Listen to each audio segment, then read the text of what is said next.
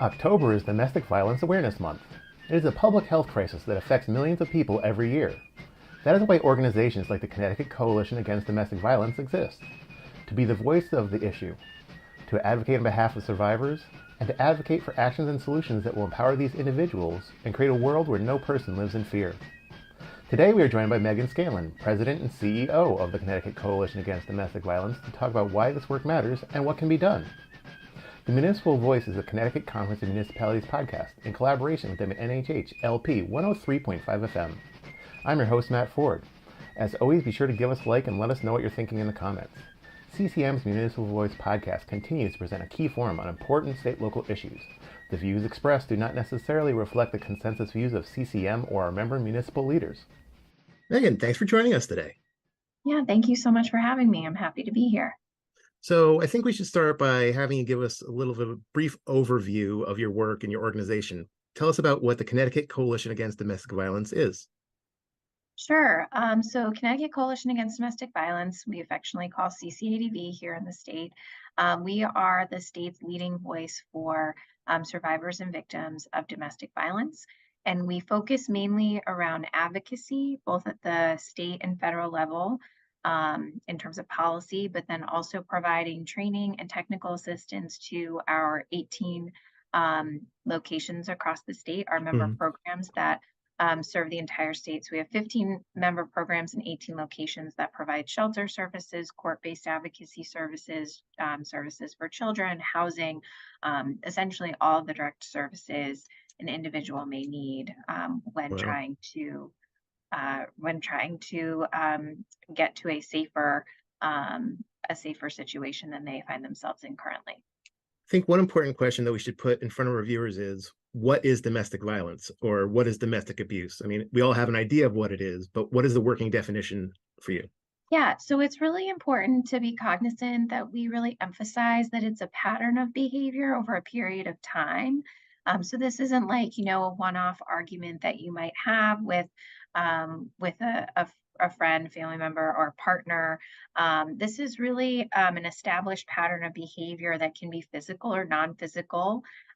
So some of the non-physical forms of abuse that we like to inform our clients about, and just also the general public, is anything that's financial in nature, where money is being withheld, or you're forced to give up all of your income, or you're forced to not have any income at all.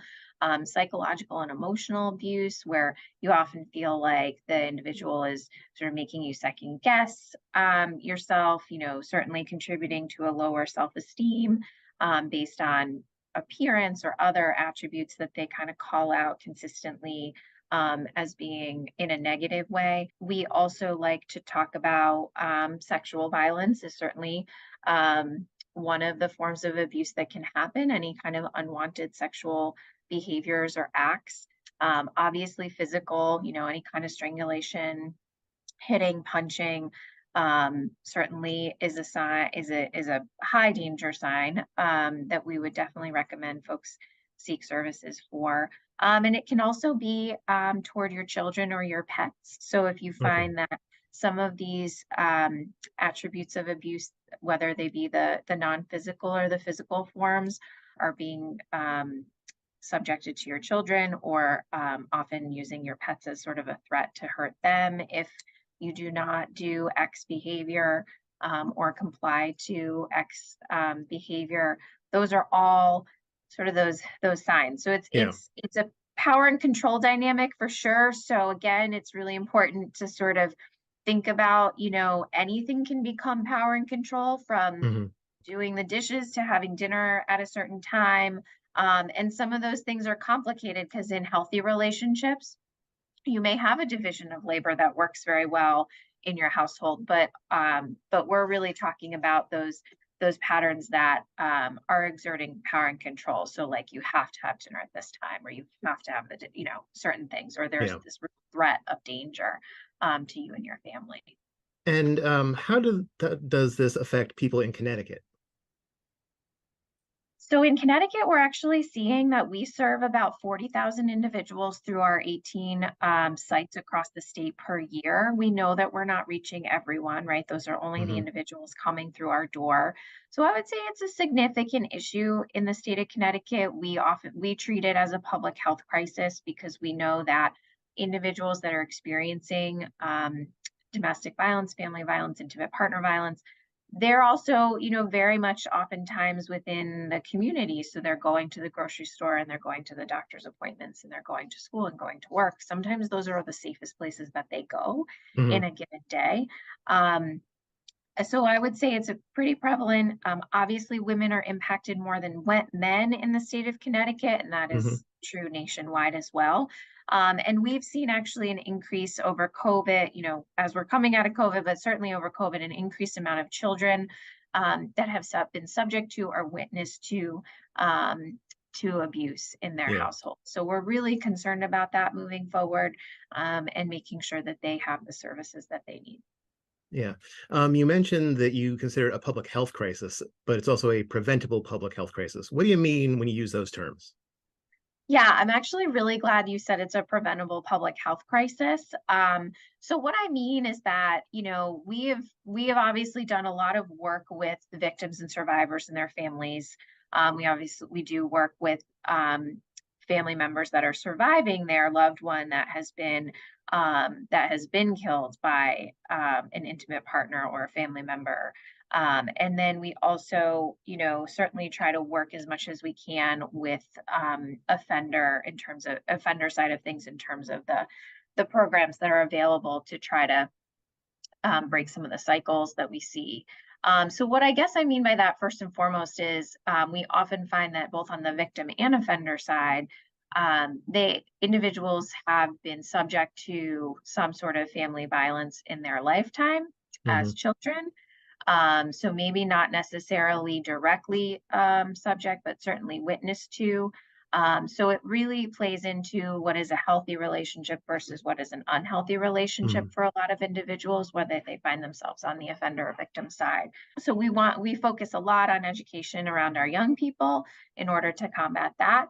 But then, if and when you find a family member, friend, coworker, loved one in a situation, there are some real ramifications Yeah. outside of just the criminal justice system that impact individuals. So we really talk about the social determinants of health, meaning housing, education level, um, access to food, access to basic, overall basic needs, access to transportation, and economic status, economic independence. So Mhm. all of those issues play a part in whether or not an individual is likely or is more likely or less likely to find themselves in this situation. Mhm. Um, we certainly know that, oftentimes women earn less than men. So that can be a factor as to the decision around, is it safe to leave? Is it not safe to leave? Can they afford to live on their own and take care of their family or not? But then there's also things around, do I have access to safe and affordable housing? Do I have access to transportation? Do I have access to the food or the special education requirement tools that my children might need, right? So there's a lot of different factors. So when we talk about it as a public health crisis, we're talking about it in the lens of those social determinants of health, and that obviously um, these situations are very much tied to those social determinants of health. Should people be able to recognize the signs of domestic abuse? So I would say after you go to our website, yes. So if you go to ctcadv.org or you go to our statewide domestic violence resource hotline website, ctsafeconnect.org, there are actually pages on there for what we call bystanders. So if you're an individual that just wants to learn more about the signs and how you can be helpful, if and when you ever find yourself in a situation where you have a family member, a friend, a loved one, a coworker in this situation, and chances are there is somebody. Everybody definitely knows somebody, whether you know it or not, going through this. So I would say educate yourself on the signs that we have up there. Isolation is a big one. So if you notice a friend or a loved one is maybe a little bit more withdrawn, a little bit more isolated than they typically are, that's certainly one of the first signs that something might be off in the relationship or in the dynamic. Like pay attention. I always say to people, like, pay attention to how your like friend, family member, coworker is talking about the relationship, because often there's like little things that you in your gut, you're like, oh, that seems like off. And Hmm. I would say trust your gut on that. We always tell folks like look for any changes in like what they wear or just these little nuances, and you can certainly learn more on our website. But chances are, at least I know from my own personal experience, your gut is usually right that Hmm. something's off. So I would say trust your gut. And I think for anybody that might have somebody that they love going through this, the biggest thing that you can do is just sort of sit in non-judgment and not judge, and really just make sure that they still know that they can reach out to you even if it's not consistent, Hmm. if and when they need help. That's the most important piece, and it's really knowing then in that moment when they do call you or text you or um, where you can help get them to in terms of helping them stay safe. Yeah. I guess that leads to the next question. What can you do if you suspect someone is being abused? It's always, I mean, it's never hurts to have, we have information around Safe Connect. Never hurts for you as a bystander to call. So it's a resource hotline. You don't have to be in crisis to call. You can simply call and talk to one of our advocates and ask them questions about, this is what my friend might be experiencing, or they're able to give you some information.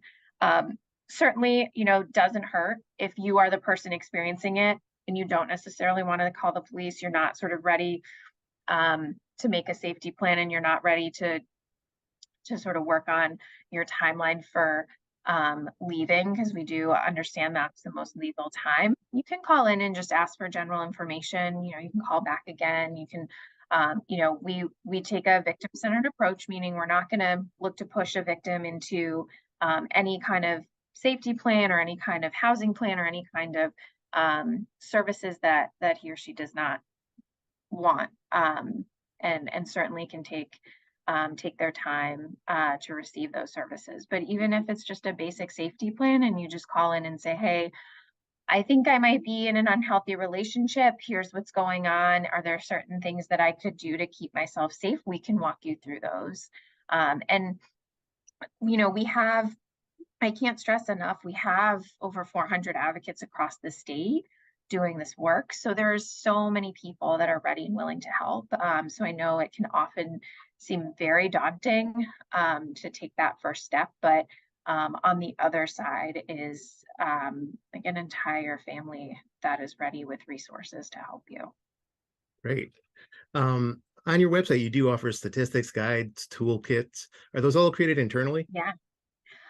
So yeah, so we do obviously, our main focus as a coalition is on the advocacy, technical assistance, and training. So we have a lot of best practices for both our advocates across the state, but also just general public community members. So yes, so take a look. There's reports on maternal mortality health. There's reports on best practices with children that have experienced abuse. So yeah, they're all downloadable, easy to access. So if you're looking to gather information and empower yourself with knowledge, all of those resources are great. And we offer trainings as well. So um, we don't necessarily just offer them to our membership, Hmm. but we have open to the public, and we're also willing to come in and do any kind of training you want as an Hmm. organization. We can tailor it to what you think your organization may need. Great. So you mentioned the training. What does training consist of, and who can participate? So, I mean, training, we are trained on a lot of different topics, all obviously related to family violence and intimate partner violence. But honestly, I mean, we have some set trainings. We do like our domestic violence certification training or our domestic violence 101, just to kind of give an intro to folks. But then we have really specific ones around specific populations, LGBTQ plus community. We have deaf and hard of hearing community training, but it can take on any content that works for your organization. Right now, we're working with a youth organization in Hartford to create a training for their staff, and then something that they're able to use with the children in their youth programs. So we're taking bits and pieces from a lot of our different trainings to create that. So we do teen dating violence and a number of trainings around all of the different areas of expertise that we have, from law enforcement to court to health professional outreach to housing and to children and everything in between. You are listening to the Municipal Voice on WNHH 103.5 FM.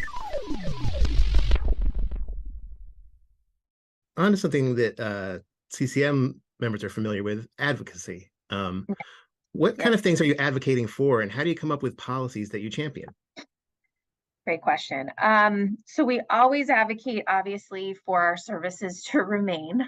So I think, CCM probably can appreciate that. So we do have some state funds that we're always advocating stay within our domestic violence service system. So that's first and foremost. But then what we typically do is we go back to all of our programs every year, and we ask them, based on survivor feedback, what are some of the key areas that have created barriers or have, unintended consequences for victims.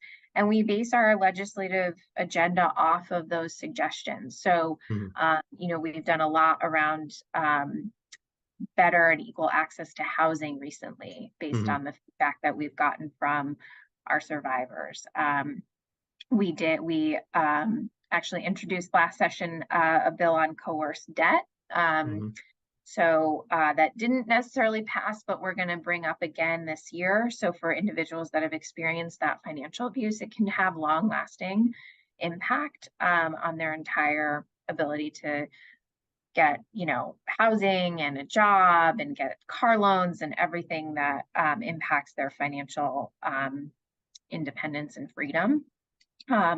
And then we've also been really successful at getting the coercive control law passed a couple sessions ago, which allowed individuals experiencing non-physical forms of violence to apply for a restraining order, which we've seen, great success with. So we really, try to listen to what survivors are telling our membership, and then bring that to the state capitol and the federal delegation as well. Excellent. What would you say are some of the biggest victories you've had as an organization? Biggest victories. There's been a lot. So I guess that's a good thing. We're really lucky in the state of Connecticut to have a pretty strong legislative body that's been great on both sides of the aisle for advocating for survivors and victims and their families. So, coercive control, I think, was a really big one. Yeah. So we know that having that ability to get protection under non-physical forms of violence, knowing that often leads to the more lethal and physical forms, was a big victory. Getting domestic violence under the protected class statute in the state of Connecticut under housing and employment was also really a big one. Having the domestic violence, the Paid Family Leave Act, have specific days that domestic violence survivors could use to take and still get compensated for up to 12 days was a big deal recently as well. And then something, we really advocated for was more children's services a couple of sessions ago. So we were able to secure funding specifically around family and child advocates for all of our 18 sites, which we were really proud of. Yeah. It's October, which is Domestic Violence Awareness Month. Yeah. And it's a difficult conversation to have for many people. Many people recognize that it's an issue, but maybe don't want to talk about it. Hope someone else handles the issue. How do you broach this subject with a larger audience to let people know that there are resources, to let them know there is an organization like you doing this work? Yeah. So look, I know it's an uncomfortable topic. I mean, it certainly, it's cuts, it's trauma, right? People are experiencing trauma when they're experiencing either non-physical or physical forms of abuse. So it's hard to talk about. It's hard to contemplate that this is happening within someone's home, which should be their literally safest place, like place Hmm. of peace and respite. Um, but I guess what I would say is that we have to talk about it more because the shame and stigma that still exists around the issue, the fear of coming forward and talking about it with whether it be, a family member, a friend, or law enforcement, or the court system, or um, I think it just shouldn't be, right? Because Hmm. like I mean, I think when survivors come forward, and I've heard many speak, like it is incredibly brave to share your story, right? But I think we automatically put the fault on the victim Hmm. without thinking about it. And instead of sort of looking at, well, what could we have done as a community? And I guess that's my big thing is I very much feel like this is a community issue. And in order to really make like significant systemic change, Hmm. communities really need to realize like this is happening in your community, even if Yeah. you think it's not. And it doesn't really discriminate against, races and socioeconomic backgrounds. So I think getting, towns specifically and cities in a place where maybe they're raising a little bit more awareness about the issue. Maybe they're, at least sharing the local resources more often Hmm. can be a really good first step to kind of, um, destigmatize it and maybe change that narrative to be more of like, no, this is a community issue. Hmm. We should really be more proactive around sharing what resources are out there and how people can get help. Talking about it as a community issue, I know that the purple flag is hoisted at the state capitol building this month, and Yeah. there's several towns and cities across the state that will have some sort of acknowledgement on the issue.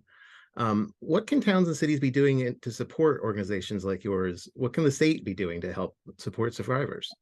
I mean, I think the biggest thing about this issue, or one, I mean, look, 95, 98% of this is all about education and public awareness, right? So if people Hmm. know that their services exist, then they'll obviously come and access them. So I think on a very basic level, like have our information in your town halls or your libraries or your community centers.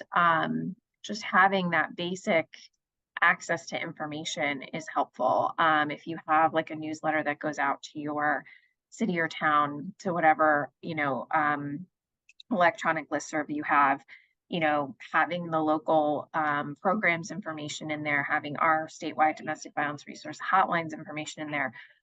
These are all, I think, small things that can make a big difference. And Hmm. they don't necessarily mean that you have to, it's not a necessarily as heavy of a lift, I think, as Yeah. communities might think in order to make a difference in somebody's life. So there's something that can be done, even if not necessarily something huge, but every little bit helps. Yeah, every little bit helps. And how can like the listeners at home, regular folks, support your organization? So you can certainly support us in a couple different ways. Hmm. So certainly, first of all, educating yourself on the information and resources on our website is a great way to support our work. We're also a nonprofit, so we do, welcome any kind of generous donations that you may, Hmm. no matter how small or how large. They do help us support our member agencies across the state with unrestricted funds, which are always helpful, Yeah. especially post pandemic when things are a little bit different than they were prior to the pandemic. Um, and honestly, just talking about the issue with your family and friends Yeah. is a really tangible way that you can support our work. Is to talk about healthy relationships with your children, talk about healthy relationships with your friends, coworkers. Yeah. Um, is I think, again, I think it sounds really simple, but is really something that you can do on a day-to-day basis that can impact the work that we're doing. I'd love not to have this job, and not have to deal or address this issue. And that's how we kind of get to that Yeah. place. I mentioned the pandemic and kind of before and after. What are some of the big changes you saw coming out of that time period?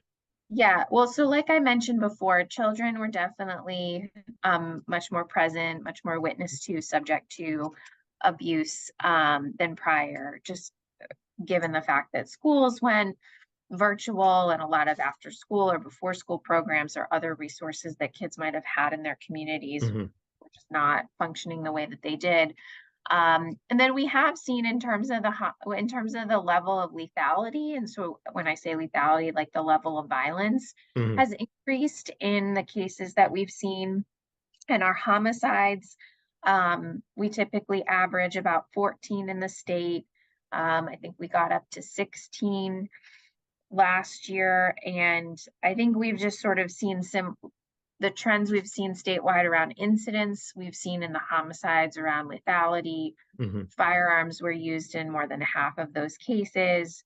So we've seen obviously access to a firearm increases the likelihood of a fatality, but then we also, the average age of a child that had witnessed their mother, or in most cases mother, but certainly in some cases father, be murdered was the average age was 6.5 years old. Mm. So yeah, so we have a lot of work to do, and like I said, every little bit will help. And if Yeah. communities can kind of get behind this and even focus on, if your main focus is children, you're you're doing great. Yeah. One thing we like to ask all of our guests kind of towards the end of the interview is, how do you feel about the future? Do you think you'll make headway in ending this public health crisis? Yeah. Um, Overall, I feel really positive because when I am at events or when I hear like leaders talking, specifically like legislators or people that actually have the ability to make change, Mhm. I'm more and more hearing them talk about the issue as a public health crisis instead of just a criminal justice issue. So I'm really excited about that Mhm. because I think we've really moved that needle in a positive way.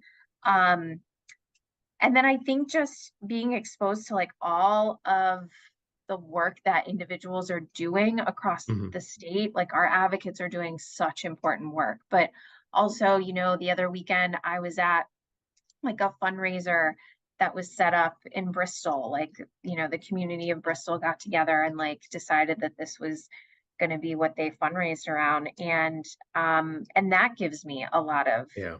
hope. And honestly, I think the survivor stories, if you ever have the privilege to hear a survivor like speak their truth, um, that I think is what gives you hope. And oftentimes there are children involved, and to see the kids, I'm looking forward to seeing two of the kids this weekend at the Safe Futures walk down in Waterford. And I'm just like so excited to see Yeah. how far they've come from the trauma they experienced to where they are now. And one more time before we go, how can someone who needs help get in touch with your organization? So please reach out to us, ctsafeconnect.org. You can text, you can call, you can email, or you can chat. It's all safe, free, confidential. And the phone number is 888-774-2900. So you can call that or text it, or you can go on the website, ctsafeconnect.org, and we have a little chat icon that pops up, or you can simply email us. Obviously, if you are in immediate danger, like and your safety is at risk, Hmm. we certainly encourage anybody in that situation to dial 911.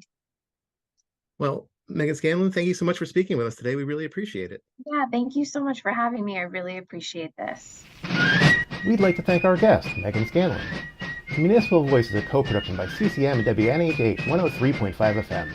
Christopher Gilson is our producer, Harry Draws is on the boards, and I'm Matt Ford, your host. Be sure to check out our Facebook page and give us a like, and watch out for our CCM chat series on our YouTube page.